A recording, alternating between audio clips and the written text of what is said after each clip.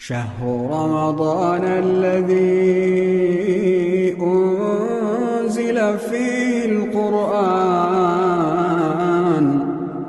هدى للناس وبينات من الهدى والفرقان. الحمد لله رب العالمين والصلاة والسلام على محمد وآلہ وصحبہ اجمعین وبعد.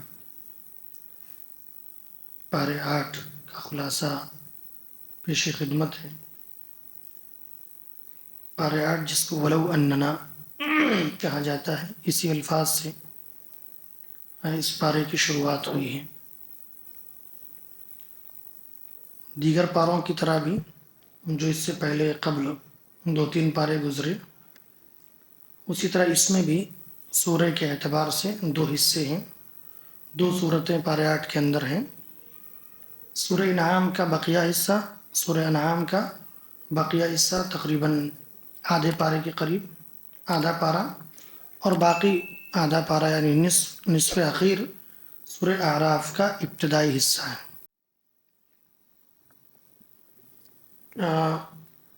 اللہ رب العالمین نے پارے 8 کے اندر، جو پارے 8 کی پہلی آیت ہے اور سورہ انعام کی 111 اس میں اللہ تعالیٰ نے اللہ کے نبی صلی اللہ علیہ وسلم کو تسلی دی ہے. تسلی دی جا رہی ہے اس آیت کے اندر کہ یہ لوگ ضدی ہیں، یہ مشرکین اور یہ کافر، کفار مکہ یا اسی طرح جو بھی اعداء اسلام اس وقت موجود تھے جو اللہ پر ایمان نہیں لائے تھے، ان سب کے بارے میں اللہ نے کہا یہ لوگ ضدی ہیں، معجزات کا بیجا مطالبہ کرتے رہتے ہیں. معجزات کا مطالبہ کرتے تھے، وہ کہتے تھے، یعنی مشرکین مکہ یا مشرکین اللہ کے نبی صلی اللہ علیہ وسلم کے دور کے، وہ کہتے تھے کہ کچھ معجزہ دکھاؤ تب ہم ایمان لائیں گے. اگر اللہ نے کہا اگر مردے بھی ان سے باتیں کریں تو یہ پھر بھی ایمان نہیں لائیں گے. بھائی جس کو ایمان نہیں لانا ہے، آپ کچھ بھی کر دو نہیں لا سکتے، وہ نہیں لائیں گے نا ایمان. تو اللہ نے کہا کہ آپ گھبرائیں نہ، پریشان نہ ہو، ان کے پیچھے زیادہ پریشان نہ ہو. جن کو ایمان نہیں لانا وہ نہیں لائیں گے. اللہ نے کہا اگر مردے بھی ان سے باتیں کرنے لگے، آپ اگر کوئی ایسا معجزہ کر دیں کہ مردے ان سے باتیں کرنے لگے تب بھی آپ پر ایمان نہیں لائیں گے. قرآن کا معجزہ ایمان لانے کے لیے کافی ہے. اللہ نے قرآن مجید کا نزول کیا یہی ایمان لانے کے لیے کافی ہے، کیونکہ یہ باتیں اللہ رب العالمین کی باتیں ہیں، کلام اللہ کا ہے، تو اور اللہ کے نبی صلی اللہ علیہ وسلم پر نازل کیا گیا، تو ایمان لانے کے لیے صرف اور صرف قرآن مجید کا نزول ہی ایمان لانے کے لیے کافی تھا. تو اللہ تعالیٰ نے اس آیت میں ذکر کیا وَلَوْ أَنَّنَا نَزَّلْنَا إِلَيْهِمُ الْمَلَائِكَةَ وَكَلَّمَهُمُ الْمَوْتَى وَحْشَرْنَا عَلَيْهِمْ كُلَّ شَيْءٍ قُبُلًا مَا كَانُوا لِيُؤْمِنُوا إِلَّا أَن يَشَاءَ اللَّهُ وَلَكِنَّ أَكْثَرَهُمْ يَجْهَلُونَ. اگر ہم ان پر فرشتے، ان کی طرف اگر ہم فرشتے نازل کر دیں، اور اسی طرح مردے ان سے باتیں بھی کرنے لگیں، مردے باتیں کرنے لگیں، اور اسی طرح ہم ان کی ڈیمانڈ کی ہوئی، ان کی مانگی ہوئی ساری چیزیں ان کے سامنے حاضر کر دیں، ما کانوا لیؤمنوا، پھر بھی ایمان نہیں لائیں گے، پھر بھی ایمان نہیں لائیں گے. الا ان یشاء اللہ، مگر جس کے بارے میں اللہ چاہے وہی ایمان لائے. اسی طرح اللہ رب العالمین نے اس پارے کے اندر ایک ضابطہ یہ بتلایا، ایک اصول یہ بتلایا کہ اکثریت یہ گمراہی ہے اور کثرت تعداد کو کامیابی کی دلیل سمجھنا یہ غلط ہے. اگر کوئی یہ سوچے کہ کوئی جماعت تعداد میں زیادہ ہے تو حق پر ہے، یہ ضروری نہیں ہے. اگر کوئی یہ سمجھے کہ کوئی جماعت تعداد میں زیادہ ہے تو زیادہ ہونا اس کے حق پر ہونے کی دلیل ہے، یہ ضروری نہیں ہے، بالکل ضروری نہیں ہے. اللہ رب العالمین نے کہا وَإِن تُطِعْ أَكْثَرَ مَنْ فِي الْأَرْضِ يُضِلُّوكَ عَنْ سَبِيلِ اللَّهِ، اگر اے نبی، اگر آپ اکثریت کی، جو زمین میں جو لوگ ہیں ان میں سے اکثر لوگوں کی اطاعت کرنے لگیں گے، اگر آپ اطاعت کریں گے تو یہ لوگ آپ کو اللہ کے راستے سے بھٹکا دیں گے، گمراہ کر دیں گے. إِن يَتَّبِعُونَ إِلَّا الظَّنَّ، یہ لوگ صرف اور صرف گمان کی پیروی کرتے ہیں، عقل کی پیروی کرتے ہیں. اندازے کی پیروی کرتے ہیں. وَإِنْهُمْ إِلَّا يَخْرُصُونَ، صرف اٹکل پچو لگاتے ہیں، صرف دماغ لگاتے ہیں، اللہ پر ایمان نہیں رکھتے ہیں. تو اکثریت دلیل نہیں ہے کبھی بھی، یہ بات یاد رکھیں. عبداللہ بن مسعود، غالباً عبداللہ بن مسعود ہی کہتے ہیں کہ حق وہ ہے، جماعت اس کو کہتے ہیں چاہے اس پر ایک ہی شخص کیوں نہ ہو، اگر حق پر ہے، اگر وہ حق پر ہے. تو یعنی اکثریت کبھی بھی دلیل نہیں ہو. اللہ تعالیٰ کو کوانٹٹی مطلوب نہیں ہے، کوالٹی مطلوب ہے، کوالٹی مطلوب ہے. ایک ہی کوئی اللہ کا بندہ ہے لیکن خالص اللہ کی رضا کے لیے عبادت کرتا ہے، بندگی کرتا ہے، اللہ کو وہ مطلوب ہے. ہزاروں کی تعداد میں، لاکھوں کی تعداد میں لوگ موجود ہوں لیکن اللہ کے ساتھ شرک کرتے ہوں، اللہ کو وہ مطلوب نہیں ہے، قطعاً ہرگز مطلوب نہیں. تو کوئی اگر یہ سمجھے کہ تعداد میں جو زیادہ ہے وہ حق پر ہے، یہ سب سے بڑی غلط فہمی ہے. ایسے تو اگر دیکھیں تو پھر ہندوستان میں غیر مسلم حق پر ہو جائیں گے، بھئی وہ تو تعداد میں ہم سے زیادہ ہے. پوری دنیا کا اگر دیکھیں تو عیسائی حق پر ہو جائیں گے، وہ تعداد میں ہم سے زیادہ ہیں. عموماً جو سلفی حضرات ہیں یا اہل الحدیث ہیں، ان کو یہ طعنہ دیا جاتا ہے کہ تم بہت تھوڑے ہو، تمہاری کیا حیثیت ہے، تم تھوڑے ہو، تم شریعت کی بات کیوں کرتے ہیں، اسلام کی بات، تمہاری تعداد ہی کتنی ہے. صحیح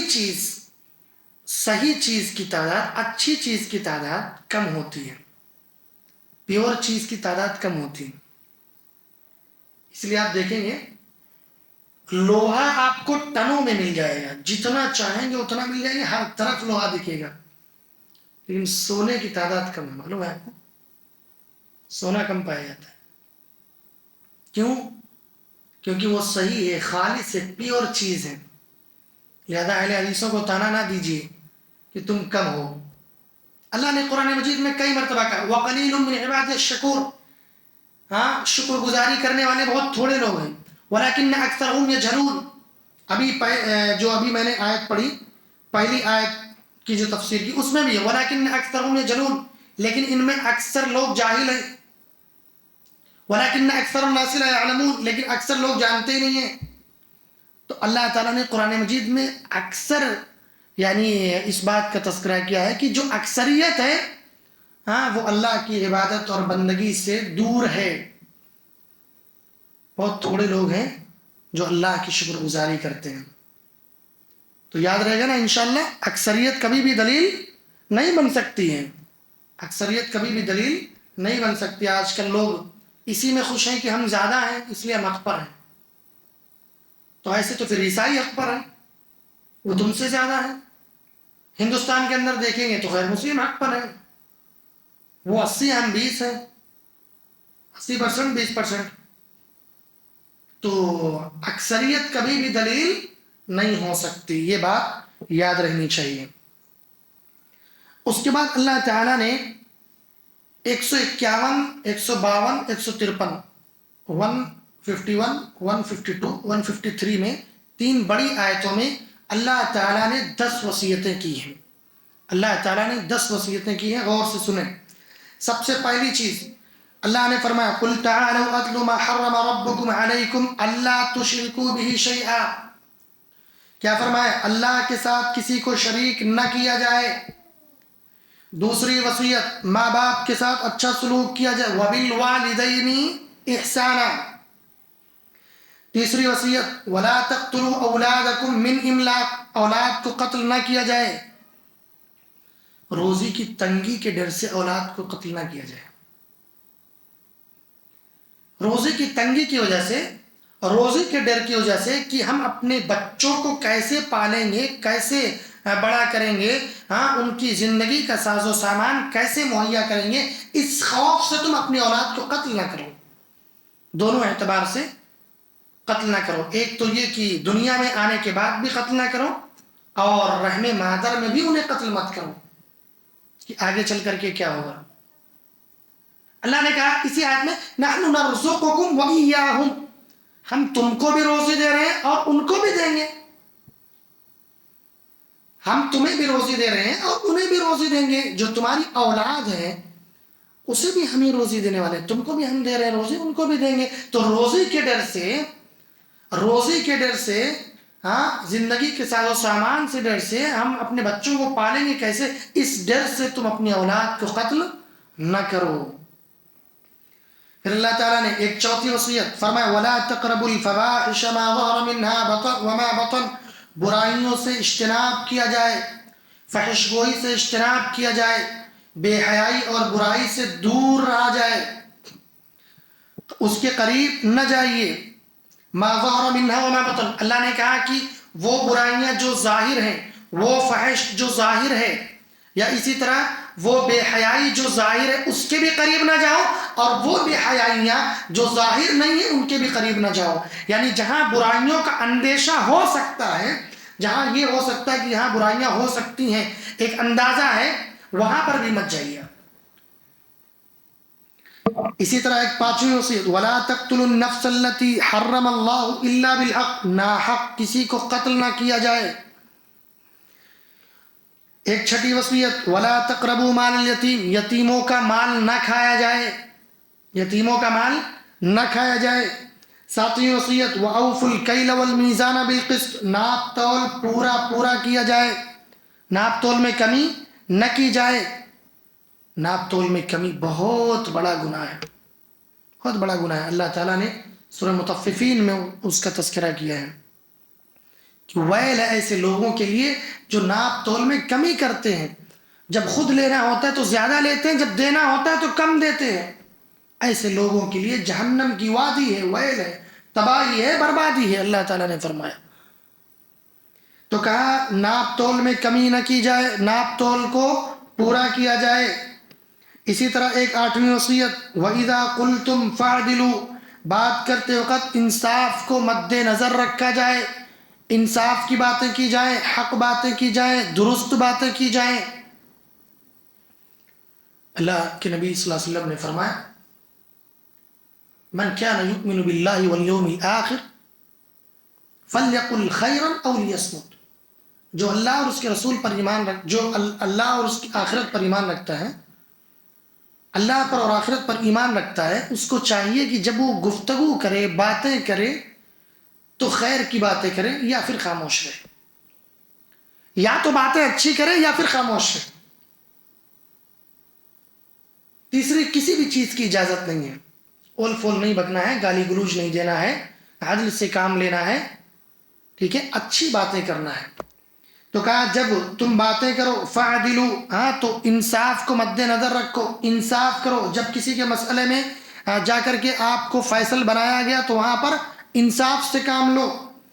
اسی طرح وَبِعَهْدِ اللَّهِ عَوْفُوا. اللہ کے عہد کو پورا کرو. یہ 9ویں وصیت, اللہ کے عہد کو پورا کرو, یعنی قرآن و سنت پر عمل کرو, اسلامی احکام کو فالو کرو, اللہ اور اس کے رسول پر ایمان لاؤ, ہاں کتابوں پر ایمان, نبیوں پر ایمان, رسولوں پر ایمان, آخرت پر ایمان, قیامت پر ایمان, جنت جہنم یعنی غیب کی چیزوں پر بھی ایمان, اور اسلام کو مکمل طور سے فالو کرو. یہ ہے وَبِعَهْدِ اللَّهِ أَوْفُوا کا مطلب. اسی طرح وَأَنَّ هَذَا صِرَاطِي مُسْتَقِيمًا. ایک آخری اور 10ویں وصیت کہ صراط مستقیم ہی کی اتباع کی جائے, صراط مستقیم کی اتباع کرو. اللہ نے فرمایا وَأَنَّ هَذَا صِرَاطِي مُسْتَقِيمًا فَاتَّبِعُوهُ. یہ جو سیدھا راستہ ہے تم صرف اور صرف اسی کی اتباع کرو. یہ سیدھا راستہ میرا راستہ ہے, یہ میرا سیدھا راستہ ہے, تم صرف اور صرف اسی کی اتباع کرو. وَلَا تَتَّبِعُوا السُّبُلَ فَتَفَرَّقَ بِكُمْ عَنْ سَبِيلِهِ. اور تم اللہ کے راستے کو چھوڑ کر کے دوسرے راستوں کی اتباع نہ کرو, یعنی صراط مستقیم کو چھوڑ کر کے ادھر ادھر راستے میں بھٹکو مت, دوسرے راستوں کی اتباع نہ کرو. اب صراط مستقیم کیا ہے؟ سیدھا راستہ کون سا ہے؟ قرآن اور سنت. سیدھا راستہ کون سا ہے؟ قرآن اور سنت پر عمل کرنا ہے. بالکل. اللہ کے نبی صلی اللہ علیہ وسلم نے ایک موقع پر مسند احمد کے اندر ہے, ابن ماجہ کے اندر بھی ہیں, اور شواہد کی بنا پر وہ حدیث صحیح بھی ہیں. اللہ کے نبی صلی اللہ علیہ وسلم نے ایک موقع پر زمین کو کرید رہے تھے, زمین کو کریدنا جانتے ہیں نا، ایک کبھی آپ بیٹھے رہے زمین میں تو لکڑی اکڑی ہاتھ میں تو اس کو کچھ کھینچنے لگتے ہیں، کچھ بنانے لگتے ہیں. تو اللہ کے نبی صلی اللہ علیہ وسلم نے زمین کو کریدتے ہوئے 5 لائنیں کھینچی، 5 لائن لکیر کھینچی. ایک کھینچا، اس کے بعد 2 دائیں طرف کھینچا، 2 بائیں طرف کھینچا. کتنے ہو گئے؟ 5. اس کے بعد صحابہ سے مخاطب ہو کر آپ نے فرمایا کہ ذرا دیکھیے یہ جو راستہ ہے بیچ والا، یہ صراط مستقیم کا ہے، نہ ادھر کے راستوں پہ جانا ہے نہ ادھر کے راستوں پر جانا ہے. یہ جو دونوں راستے ہیں داہنے طرف کے، ادھر بھی نہیں جانا، ہاں، نہ بائیں کے دونوں راستوں پر نہیں جانا. یعنی 2 تو اللہ کے نبی صلی اللہ علیہ وسلم نے اگزامپل کے طور پر کھینچا. جتنے بھی راستے ہو سکتے ہیں دائیں بائیں، کہیں بھی نہیں جانا، سیدھا ایک ہی راستے پر چلے جانا ہے. اسی کو صراط مستقیم کہا جاتا ہے. اور وہ راستہ کس کا ہے؟ من النبیین والصدیقین والشہداء والصالحین. وہ صراط مستقیم نبیوں کا راستہ، صدیقین کا راستہ، شہداء کا راستہ، صالحین کا راستہ ہے، وہ نیک لوگوں کا راستہ ہے. اسی لیے اللہ تعالیٰ نے دعا سورہ فاتحہ کے اندر کہ اہدنا الصراط المستقیم، پروردگار تو ہمیں صراط مستقیم پر چلا، سیدھے راستے پر چلا. سیدھا راستہ کون سا؟ وہ راستہ جن پر تو نے انعام کیا ہے، انبیاء، صدیقین، شہداء، صالحین، نیک لوگ. غیر المغضوب علیہم ولا الضالین. گمراہوں کے راستے پر نہ چلا جن پر تیرا غضب نازل ہوا، ولا الضالین، اور جو گمراہ ان پر بھی نہ چلا، نہ ادھر نہ ادھر، بیچ کا راستہ. تو صراط مستقیم ہی کی اتباع کی جائے گی. یہ 10 وصیتیں اللہ تعالیٰ نے 3 آیتوں کے اندر بیان فرمائی ہیں، پارے 8 کے اندر. اس کے بعد اللہ تعالیٰ نے سورہ اعراف کا جو ابتدائی حصہ شروع ہوا اسی پارے کے اندر، اس میں اللہ تعالیٰ نے ایک بات کا یہ تذکرہ کیا، انبیاء سے سوال کیا جائے گا، انبیاء سے سوال کیا جائے گا. فَلَنَسْأَلَنَّ الَّذِينَ أُرْسِلَ إِلَيْهِمْ وَلَنَسْأَلَنَّ الْمُرْسَلِينَ. اللہ تعالیٰ رسولوں سے سوال کرے گا، رسولوں سے سوال کرے گا. تو کیا تم نے اپنے حق کو بخوبی پہنچایا کہ نہیں پہنچایا؟ ظاہر ہے ہر چیز کا سوال ہونے والا ہے وہاں پر. رسولوں سے بھی سوال ہوگا کہ تم نے کما حق اللہ کی دعوت پہنچائی کہ نہیں پہنچائی. اچھا، اسی طرح جس امت کی طرف رسولوں کو بھیجا گیا ان امتوں سے بھی سوال ہوگا. اللہ نے کہا فَلَنَسْأَلَنَّ الَّذِينَ أُرْسِلَ إِلَيْهِمْ، جن کی طرف ہم نے بھیجا ہے نا ان سے بھی سوال کریں گے ہم پہلے. وَلَنَسْأَلَنَّ الْمُرْسَلِينَ، اور رسولوں سے بھی کریں گے. تو دونوں لوگوں سے کریں گے سوال. ہم سے سوال یہ ہوگا کہ کیا ہم تک پہنچائے کہ نہیں پہنچائے، پھر ہم نے ان کی اتباع کی کہ نہیں کی، ان کو فالو کیا کہ نہیں کیا. انبیاء سے بھی پوچھیں گے کہ آپ نے پہنچایا کہ نہیں پہنچایا. اسی طرح اللہ تعالیٰ نے اس پارے کے اندر 4 شیطانی راستوں کا تذکرہ کیا ہے کہ شیطان جو ہے، ابلیس، صراط مستقیم پر بیٹھے ہوئے انسانوں کو 4 راستوں سے گمراہ کرے گا، 4 راستوں سے گمراہ کرے گا. قال فبما اغويتني لاقعدن لهم صراطك المستقیم. اس نے کہا، یعنی شیطان نے کہا، جب آپ نے مجھے گمراہی کر دیا ہے، اللہ تعالیٰ سے کہا جب آپ نے مجھے گمراہی کر دیا ہے تو میں قسم کھاتا ہوں کہ میں ان کے لیے آپ کی سیدھی راہ پر بیٹھوں گا. یعنی آپ کے بندوں کو گمراہ کروں گا، میں سیدھے راستے پر بیٹھے لوگوں کو میں گمراہ کر دوں گا. ثم لآتينهم من بين أيديهم ومن خلفهم وعن أيمانهم وعن شمائلهم ولا تجد أكثرهم شاكرين. پھر کہا کہ ان پر حملہ کروں گا، ان کے آگے سے، ان کے پیچھے سے، ان کے دائیں جانب سے اور ان کے بائیں جانب سے، اور آپ ان میں سے اکثر کو شکر گزار نہ پائیے گا. کیا کہا ابلیس نے؟ کہا کہ میں تیرے بندوں کو 4 طرف سے بہکاؤں گا، سامنے سے بھی آؤں گا، پیچھے سے بھی آؤں گا، دائیں سے بھی آؤں گا، بائیں سے بھی آؤں گا. یعنی سامنے سے آنے کا مطلب تو واضح ہے، وہ ہم کو گمراہ کرے گا، لیکن پیچھے سے کا مطلب چھپ کے آئے گا. کچھ ایسی گمراہی جس کو ہم سمجھ بھی نہیں پا رہے کہ وہ ہمیں گمراہ کر رہا ہے. کچھ ایسی گمراہی، کچھ ایسی برائیوں میں ہم ملوث ہو جائیں گے کہ ہمیں اندازہ بھی نہیں ہوگا کہ شیطان نے ہمیں اس برائی میں ملوث کر دیا ہے. تو اس طرح شیطان نے چیلنج کیا. اللہ نے کہا جا، تو نکل جائے یہاں سے. ہاں پورا اللہ رب العالمین نے یہاں پورا تذکرہ کیا ہے سورہ اعراف کے اندر کہ کس طرح سے اس کو نکالا گیا. قال اخرج منها مذءوما مدحورا، اللہ نے کہا یہاں سے ذلیل و خوار ہو کر نکل جا، جو شخص ان میں سے تیرا کہنا مانے گا میں ضرور تم سب سے جہنم کو بھر دوں گا. اللہ نے کہا لیکن میرے نیک بندے تیرے بہکاوے میں نہیں آئیں گے، جو آ جائیں گے اس کا معاملہ تیرے ہی ساتھ کیا جائے گا، وہ تیرے ساتھ کھڑے ہوں گے. کیوں ایسا ہوا تھا؟ دراصل اللہ رب العالمین نے اس کو آدم علیہ السلام کو پیدا کرنے کے بعد سجدہ کا حکم دیا. اس نے انکار کیا، تکبر کیا کہ تو نے مجھے آگ سے پیدا کیا، آدم کو مٹی سے، میں جاؤں سجدہ کرنے.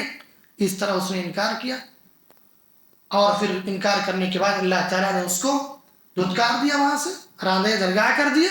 پھر اس نے بہکانا شروع کیا اور وہیں پر بہکا دیا. دیکھیے آدم علیہ السلام کو اللہ تعالیٰ نے کہا تھا کہ فلاں درخت کے پاس مت جانا، لیکن شیطان نے بہکا دیا اور چلے گئے وہاں پر. یہ پورا واقعہ پوری تفصیل سورہ اعراف کے اندر اللہ تعالیٰ نے ذکر کیا ہے. اس کے بعد اللہ تعالیٰ نے لباس کی اہمیت بیان کی ہے. ابلیس بنی آدم کو ننگا کرنا چاہتا ہے، اسی لیے آدم و حوا کو قسم کھا کر اس جنتی درخت کے پھل کو کھلا دیا جس کے کھانے سے اللہ نے منع کیا تھا. اور مشرکین مکہ کعبہ کا ننگا طواف کرتے ہوئے کہتے کہ اللہ نے ہم کو ایسا کرنے کا حکم دیا ہے. اللہ نے اس کی تردید کی. مشرکین مکہ کہتے تھے ننگا جو ہے کعبے کا طواف کرتے تھے اور کہتے تھے اللہ نے اسی بات کا ہمیں حکم دیا ہے کہ ہم ننگا طواف کریں. اللہ نے اس کی تردید کی. کہا یا بنی آدم لا یفتننکم الشیطان کما اخرج ابویکم من الجنۃ ینزع عنہما لباسہما لیریہما سوآتہما. اے ابن آدم شیطان کہیں تمہیں فتنے میں نہ ڈال دے، کہیں تمہیں فتنے میں نہ ڈال دے. کیسے؟ جیسے اس نے فتنے میں ڈال کر کے آدم اور حوا کو جنت سے نکلوا دیا، کہیں تمہیں نہ فتنے میں ڈال دے. اور پھر ان کے لباس کو اتروا دیا، دونوں کو ایک دوسرے کے سامنے کر دیا. پھر آگے فرمایا اللہ تعالیٰ نے وَإِذَا فَعَلُوا فَاحِشَةً قَالُوا وَجَدْنَا عَلَيْهَا آبَاءَنَا وَاللَّهُ أَمَرَنَا بِهَا. جب یہ لوگ بے حیائی پھیلائیں، بے حیائی کریں، ننگے ہو کر کے طواف کریں، یعنی یہ مکہ کے لوگ مشرکین مکہ، اور یہ کہتے ہیں طواف کرتے ہیں ننگے ہو کر کے اور کہتے ہیں کہ ہم کو ہمارے آباء و اجداد کو اللہ نے اسی بات کا حکم دیا ہے. قل ان اللہ لا یأمر بالفحشاء، اے نبی کہیے کہ اللہ تعالیٰ بے حیائی کا حکم ہی نہیں دیتا. کیسے تمہیں اللہ نے حکم دے دیا کہ ننگا ہو کر کے طواف کریے؟ اللہ بے حیائی کا حکم نہیں دیتا. وَأَن تَقُولُونَ عَلَى اللَّهِ مَا لَا تَعْلَمُونَ. یہ تو اللہ پر جھوٹ بول رہے ہیں، یہ اللہ پر ایسی باتیں کر رہے ہیں جسے جانتے بھی نہیں. اللہ تعالیٰ نے اس بات کا بھی یہاں پر تذکرہ کیا ہے. بلکہ ایک اور آیت میں اللہ نے فرمایا قل انما حرم ربی الفواحش ما ظہر منها وما بطن. کہہ دیجئے اے نبی کہیے ان سے کہ اللہ نے بے حیائی کو، چاہے وہ ظاہر ہو چاہے وہ باطن ہو، یعنی چاہے وہ چھپی بے حیائی ہو چاہے کھلی بے حیائی ہو، ہر قسم کے بے حیائی کو میرے پروردگار نے حرام کر دیا ہے. قل انما حرم ربی الفواحش ما ظہر منها وما بطن. اس کے بعد اللہ تعالیٰ نے فرمایا یا بنی آدم خذوا زینتکم عند کل مسجد. اے ابن آدم جب تم مسجد جاؤ تو تم زیب و زینت اختیار کر کے جاؤ، ذرا ڈھنگ سے جاؤ. مسجد جانا ہو تو اللہ کے سامنے جانا ہے، اللہ کے سامنے کھڑے ہونا ہے، تو زیب و زینت اختیار کر کے جاؤ، اچھے کپڑے پہن کر کے جاؤ. لیکن ہمارے یہاں معاملہ بالکل برعکس ہے. ہم تو صرف یہ دیکھتے ہیں کہ کتنے میں نماز ہو جائے گی اتنا ہی پہننا ہے. دیکھو سینڈو میں ہمارے پاس سوالات بہت سارے اس طرح تھے، مطلب سینڈو بنیان میں نماز ہو جائے گی کیا؟ تو یعنی انسان اتنا سہولت پسند ہو گیا، وہ سوچ رہا ہے کہ جتنے میں نماز ہو جائے اتنا ہی پہن کے جائیں گے. کچھے میں نماز نہیں ورنہ اس میں بھی چلا تھا.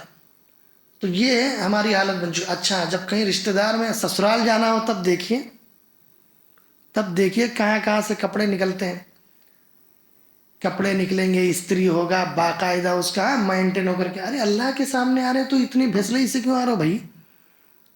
اللہ نے کہا یا بنی آدم خذوا زینتکم عند کل مسجد، اے بنی آدم جب تمہیں مسجد جانا ہو تو ذرا زیب و زینت اختیار کرو. وَكُلُوا وَاشْرَبُوا، کھاؤ پیو، وَلَا تُسْرِفُوا، اسراف نہ کرو، فضول خرچی نہ کرو، انہو لا يحب المسرفین، اللہ تعالیٰ فضول خرچی کرنے والوں کو پسند نہیں کرتا ہے. اس کے بعد اللہ تعالیٰ نے جنتیوں اور جہنمیوں کی گفتگو کا تذکرہ کیا ہے، مکالمہ. وَنَادَى أَصْحَابُ الْجَنَّةِ أَصْحَابَ النَّارِ أَنْ قَدْ وَجَدْنَا مَا وَعَدَنَا رَبُّنَا حَقًّا فَهَلْ وَجَدْتُم مَّا وَعَدَ رَبُّكُمْ حَقًّا. اللہ تعالیٰ نے فرمایا کہ جب اہل جنت جہنم والوں سے کہیں گے ان قد وجدنا ما وعدنا ربنا حقا، کہیں گے کہ ہم نے تو جو ہمارے رب نے ہم سے وعدہ کیا تھا وہ ہم نے پا لیا، کیا تم نے بھی پایا؟ تو کہیں گے ہم نے بھی پا لیا. یعنی اللہ نے وعدہ کیا تھا جو اہل ایمان ہیں ان سے، ان کے جنت کا وعدہ کیا تھا، وہ جنت میں گئے. جو لوگ ایمان نہیں لائیں گے، کفر پر شرک پر ان کی موت ہوگی، وہ جہنم میں جائیں گے. وہ وعدہ بھی پورا کیا اللہ نے، وہ جہنم میں گئے. اس کے بعد کافروں پر اپنی نعمتیں اللہ رب العالمین نے حرام کر دی ہیں، یہ بھی مکالمہ ہوگا. جنتی اور جہنمی بات گفتگو کریں گے، فرمائیں گے. تو یہ جہنمی کہیں گے وَنَادَى أَصْحَابُ النَّارِ أَصْحَابَ الْجَنَّةِ أَنْ أَفِيضُوا عَلَيْنَا مِنَ الْمَاءِ أَوْ مِمَّا رَزَقَكُمُ اللَّهُ. جہنمی کہیں گے اے جنتیوں تھوڑا سا پانی دے دو، ہمیں تھوڑی پانی دے دیجئے. او مما رزقکم اللہ، یا اللہ نے جو روزی دی ہے تمہیں کھانے کے لیے تھوڑا کھانا دے دیجئے ہم. جنتی کیا کہیں گے قالوا ان اللہ حرمہما علی الکافرین، اللہ تعالیٰ نے کافروں پر کھانا اور پانی دونوں حرام کر دیا ہے. تھوڑے ایک بوند پانی کے لیے ترس جائیں گے جہنم. جنتیوں سے مطالبہ کریں گے تم ہی پلا دو ہمیں، تم ہی دے دو ہمیں. جنتی کہیں گے نہیں، اللہ نے تمہارے اوپر حرام کر دیا ہے، کافروں پر حرام کر دیا ہے، کھانا بھی نہیں دینا تمہیں، پانی بھی نہیں دینا تم. اللہ اکبر، کیسا وہ عالم ہوگا. یہاں ہم روزہ رکھتے ہیں، رمضان کا مہینہ چل رہا ہے الحمدللہ، روزہ رکھتے ہیں، اگر کہیں دن میں کسی کام سے نکل جائے، شام کے وقت میں منہ کس طرح سوکھ جاتا ہے، تھوک نہیں بچتا ہے منہ میں، ایسی حالت ہوتی. ذرا سوچیں جہنم میں جہنمیوں کی کیا حالت ہوگی. ایک بوند پانی کے لیے ترسے. جب دیکھیں گے کہیں نہیں مل رہا ہے تو کہیں گے لا چلو جنتی لوگوں سے مانگ لیں، کہیں گے ذرا پانی دے دو ہمیں، یا اللہ نے جو تمہیں رزق دیا ہے ذرا کھانا تو دے دو. قالوا ان اللہ حرمہما علی الکافرین، اللہ نے تمہارے اوپر حرام کر دیا ہے، کافروں پر یہ کھانا اور پانی حرام کر دیا ہے، ہم کیسے دے دیں. ایک ایک بوند پانی، آپ ذرا تصور کریں، دنیا کی ایک پیاس، دنیا کی تھوڑی سی بھوک جو ہم روزے میں رکھتے ہیں، کیا حالت ہوتی ہے ایک دن میں. جہنم کی کیا کیفیت ہوگی میرے بھائی، اس جہنم کی کیا کیفیت ہوگی. ایک طرف سے آگ میں جل رہے ہیں، سانپ ہیں، بچھو ہیں، ہر طریقے سے پریشانی ہے، جل کے بدن پورا راکھ ہو جاتا ہے. اللہ تعالیٰ نے کہا کلما نضجت جلودہم بدلناہم جلودا غیرہا، تمہارے یہ جب یہ چمڑی، تمہارا جب یہ چمڑی جل جائے گا ہم دوسرا پہنا دیں گے، تمہارے عذاب میں کمی نہیں ہوگی. تخفیف کا کوئی چانس نہیں ہے کہ اللہ تمہارے عذاب میں تخفیف کر دے، کمی کر دے، کچھ بھی چانس نہیں. یہ اللہ رب العالمین نے جہنم میں اس طرح کا عذاب رکھا ہے. ایک بوند پانی نہیں. مومنوں سے پانی کب ملے گا؟ جب وہ پانی کہیں گے، گرم کھولتا ہوا پیپ لا کر کے ان کو دے دیا جائے گا. جس کو پئیں گے وہ تو اتڑیوں تک ان کا پورا صاف ہو جائے گا، جل کے راکھ ہو جائے گا. یہ جہنم کی حالت. ہم کس خواب غفلت میں ہیں. اللہ رب العالمین کی حدود کی پامالی کرتے ہیں، نماز نہیں پڑھتے، روزہ نہیں رکھتے، اللہ کو بھولے ہوئے ہیں. کیا عمل لے کر کے جائیں گے؟ خدا نخواستہ اگر ہم جہنم میں چلے گئے تو کیا ہوگا ہمارا، ذرا تصور کریں. ہم ہر عمل کرتے وقت، ہر عبادت کرتے وقت یا اسی طرح کسی برائی کے وقت یاد کریں کہ جو ہم برائی کرنے جا رہے ہیں اس کی وجہ سے کہیں اللہ تعالیٰ ہمیں جہنم میں نہ ڈال دے، اتنی خطرناک جگہ۔ اللہ تعالیٰ ہم تمام لوگوں کی حفاظت فرمائے۔ بہرحال اللہ تعالیٰ نے اس میں جنتیوں اور جہنمیوں کا مکالمہ کا تذکرہ کیا ہے۔ اس کے بعد اللہ تعالیٰ نے 5 قومیں کے قصے اور عذابات کا تذکرہ کیا ہے۔ قوم نوح کو اللہ تعالیٰ نے غرق کر دیا تھا، ڈبا دیا تھا، نیک لوگوں کو بچا کر کے باقی لوگوں کو ڈبا دیا تھا اس میں۔ وَأَغْرَقْنَا الَّذِينَ كَذَّبُوا بِآيَاتِنَا إِنَّهُمْ كَانُوا قَوْمًا عَمِينَ، ہم نے ان لوگوں کو جنہوں نے ہماری آیتوں کی تکذیب کی، جھٹلا دیا، ہم نے ان کو غرق کر دیا، ڈبا دیا۔ وہ اندھے تھے، اندھے تھے مطلب سمجھنا نہیں چاہتے تھے، اللہ کی باتوں کو سمجھنا نہیں چاہتے تھے۔ آج آپ دیکھیں امت محمدیہ پر یہ احسان اور اکرام ہے، یہ فضل ہے کہ اللہ کے نبی صلی اللہ علیہ وسلم نے اپنی امت کے لیے دعا کی تھی کہ اللہ تعالیٰ ان کو کوئی عذاب نہ دینا، ورنہ ہماری کیا حالت ہوتی، ہم کتنے سرکش ہو چکے ہیں، قرآن کی کئی آیتوں کا انکار کرتے ہیں، حدیثوں کا انکار کرتے ہیں، ہم اللہ کو صحیح معنوں میں تسلیم ہی نہیں کر رہے ہیں۔ ہمارا کیا ہوتا؟ اللہ کے نبی کا فرمان ہے کہ جس نے جان بوجھ کر ایک وقت کی نماز چھوڑ دی گویا کہ اس نے کفر کیا۔ ایک وقت کی بات ہے، پوری زندگی نماز نہیں پڑھ رہے، ہمارا کیا ہوتا؟ اگر عذاب نازل ہونے کا مسئلہ ہوتا اگر امت محمدیہ پر، تو ہم پر کب کا عذاب آ گیا ہوتا۔ لیکن وہ تو شکر منائے اپنے نبی کی، جناب محمد رسول اللہ صلی اللہ علیہ وسلم، اللہم صلی وسلم علی نبینا محمد، کہ انہوں نے اپنی امت کے لیے دعا کیا ہوا ہے۔ چھوٹے چھوٹے عذابات آتے رہیں گے، لیکن ایسا عذاب جس سے پوری قوم، پوری امت تباہ ہو جائے، ایسا کوئی عذاب نہیں آئے امت محمدیہ۔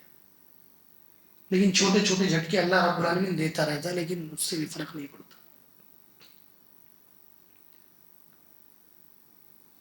چند دنوں پہلے، بلکہ تقریباً 1 سال پہلے، ہمارے علاقے میں بہت بڑا سیلاب آیا، تاریخی سیلاب تھا، آپ لوگوں نے بھی نیوز وغیرہ میں سنا ہوگا۔ اس کے لیے الحمدللہ یہاں کی کئی مسجدوں میں دعائیں چلی تھیں۔ وہاں پر اتنا خطرناک سیلاب تھا کہ ایسا لگتا تھا، لوگوں نے یہ کہہ دیا تھا کہ ایسا لگتا تھا کہ اب تب لگا ہوا ہے، گاؤں پورا بہہ جائے گا، آج رات جائے گا کہ صبح تک بہتا، ایسی حالت ہو گئی تھی۔ لیکن اتنے خطرناک حالات کے باوجود بھی ہمارے گاؤں کے جو امام صاحب ہیں، مول صاحب ہیں، وہ کہنے لگے کہ عبدالمجید مجھے بڑا افسوس ہوا کہ اتنا بڑا عذاب آیا، عذاب کی طرح تھا یہ، اب تب لگا ہوا تھا کہ پورا گاؤں بہ جائے گا، تباہ ہو جائیں گے ہم لوگ، لیکن اس کے باوجود میں مسجد میں کوئی بھی نیا مصلی نہیں دکھا، جتنے تھے اتنے ہی تھے۔ میں جب یہاں سے گیا تو وہاں لوگوں نے پورا حال بتانا شروع کیا کہ ایسا تھا، ویسا تھا، ہاں یہاں کا وہ بہہ گیا، ان کا گھر ٹوٹ گیا، ایسا ساری چیزیں بتانے لگے، اور کہنے لگے کہ بھیا وہ سیلاب نہیں تھا، عذاب تھا۔ میں نے کہا نہیں، عذاب نہیں تھا، عذاب نہیں مانتا ہوں میں اس کو۔ عذاب اگر ہوتا تو نمازیوں کی تعداد بڑھتی، اگر کچھ لوگ بچتے، عذاب اس کو تھوڑی عذاب کہیں گے، آج ویسے کہ ویسے ہیں سارے لوگ۔ تو اللہ تعالیٰ نے قوم نوح کو غرق کر دیا، کیوں؟ ایمان نہیں لائے اللہ پر، سرکشی کی، طغیان کیا۔ ہم کہاں ہیں؟ اگر ہمارے اوپر عذاب کا مسئلہ ہوتا تو ہم کب کے چلے گئے ہوتے دنیا سے۔ اسی طرح قوم عاد پر تیز ترار ہوا اللہ رب العالمین نے عذاب کے طور پہ چھوڑ دیا، جو 7 لیال 7 راتیں اور 8 دن مسلسل وہ ہوا چلتی رہی، اور پوری قوم کو اللہ رب العالمین نے عذاب سے دوچار کیا، تباہ کر دیا، سرکشی کی وجہ سے، گناہوں کی وجہ سے، اللہ پر ایمان نہ لانے کی وجہ سے۔ پھر اس کے بعد قوم سمود پر اللہ رب العالمین نے زلزلے کے ذریعے ان کو عذاب دے دیا، پوری کی پوری قوم تباہ ہو گئی۔ پھر قوم لوط نے ایک ایسا عمل کیا جس کو دنیا میں کسی نے نہیں کیا تھا، اللہ رب العالمین نے ان کو بھی عذاب دیا۔ وَلُوطًا إِذْ قَالَ لِقَوْمِهِ، بارش کی وجہ سے ان کو اللہ رب العالمین نے ہلاک کیا تھا۔ وَلُوطًا إِذْ قَالَ لِقَوْمِهِ أَتَأْتُونَ الْفَاحِشَةَ مَا سَبَقَكُم بِهَا مِنْ أَحَدٍ مِنَ الْعَالَمِينَ، اللہ رب العالمین نے ذکر کیا کہ جب لوط علیہ السلام اپنی قوم سے کہا أَتَأْتُونَ الْفَاحِشَةَ، تم لوگ ایسی گھنونی حرکت کر رہے ہو, ایسی بے حیائی ہے تمہارے اندر جس کو اس سے پہلے کسی نے نہیں کیا. ما سبقکم بہا من احد من العالمین, ساری دنیا نے آج تک وہ کام نہیں کیا جو گندگی کر رہے ہو. انکم لتأتون الرجال شہوة من دون النساء, عورتوں کو چھوڑ کر مردوں سے اپنی خواہشات پوری کرتے تھے. اتنا بڑا گناہ تھا ان کا, قوم لوط کا. بل انتم قوم مسرفون, اللہ نے کہا تم زیادتی کر رہے ہو, تم زیادتی کر رہے ہو, اللہ کے حدود کو پامال کر رہے ہو, تم زیادتی کرنے والے لوگ ہو, اسراف کرنے والے لوگ ہو. وَأَمْطَرْنَا عَلَيْهِمْ مَطْرًا, اللہ نے کہا ہم نے ان پر موسلا دھار بارشیں کی. بعض جگہ پر آیا ہے کہ پتھروں کی بارش ہوئی, پوری کی پوری قوم تباہ ہو گئی, برباد ہو گئی. ان کی ہلاکت اور سرکشی کی وجہ سے اللہ رب العالمین نے انہیں ہلاک کر دیا. اس کے بعد اللہ نے قوم شعیب کا تذکرہ کیا ہے, فَأَخَذَتْهُمُ الرَّجْفَةُ فَأَصْبَحُوا فِي دَارِهِمْ جَاثِمِينَ. اللہ رب العالمین نے ان کو زلزلے سے ایسی گرفت کی, زلزلے نے ان کو ایسا گھیرا کہ وہ اپنے گھروں میں اوندے منہ پڑے رہے, اپنے گھروں میں اوندے منہ پڑے ہوئے تھے پورے کے پورے. اللہ رب العالمین نے ان کو تباہ کر دیا. تو اللہ تعالیٰ نے اس میں 5 قوموں کے تذکرہ کیا ہے, ان کے عذاب کا تذکرہ کیا ہے, اور ان کی سرکشیوں کا بھی تذکرہ کیا کہ اللہ تعالیٰ کس طرح ایمان نہ لانے والوں کو تباہ اور برباد کرتا ہے. اب خیر ہم یہ منائیں کہ اللہ کے نبی نے زلزلے سے یا اسی طرح سے ایک عمومی عذاب سے جس میں پوری قوم یا پوری امت تباہ ہو جائے, اس کے لیے دعا کی ہے کہ اللہ تو ہماری امت پر عذاب نہ ڈالنا. اس وجہ سے ہم بچے ہوئے ہیں, ورنہ ہماری سرکشی اور طغیانی کم نہیں ہے. شرک کی بھرمار ہے, جگہ جگہ پر اللہ کے علاوہ دوسروں کی پوجا ہو رہی ہے. مسجدوں میں حد تو یہ ہو گئی کہ مسجدوں میں کونے پر, کناروں پر, اگلے پچھلے کسی نہ کسی حصے میں مزارات بنے ہوئے ہیں. یہ حالت ہو گئی. اللہ نے فرمایا وَأَنَّ الْمَسَاجِدَ لِلَّهِ فَلَا تَدْعُوا مَعَ اللَّهِ أَحَدًا, یہ مسجدیں اللہ کے لیے, تم اللہ کے سوا کسی کو مت پکارو. یہ عالم ہو گیا ہے کہ مسجدوں میں مقبرے بنے ہوئے ہیں. اللہ تعالیٰ کیسے ہمیں بخشتا, کیسے ہماری مغفرت فرمائے گا, کیسے ہمارے گناہوں کو معاف کرے گا. شرک میں پوری کی پوری امت ملوث ہے. اللہ کو لوگ بھول گئے ہیں. یہ ہماری حالت ہو چکی ہے. اللہ تعالیٰ سے دعا ہے اللہ تعالیٰ ہم تمام لوگوں کو قرآن و سنت پر عمل کی توفیق عطا فرمائے. اللہ تعالیٰ ہم تمام لوگوں کو جہنم کے عذاب سے بچائے. اللہ تعالیٰ ہم تمام لوگوں کو جب تک دنیا میں رکھ توحید پر, ایمان پر, اسلام پر, جب ہمارا خاتمہ ہو توحید پر ہو. آمین. السلام علیکم.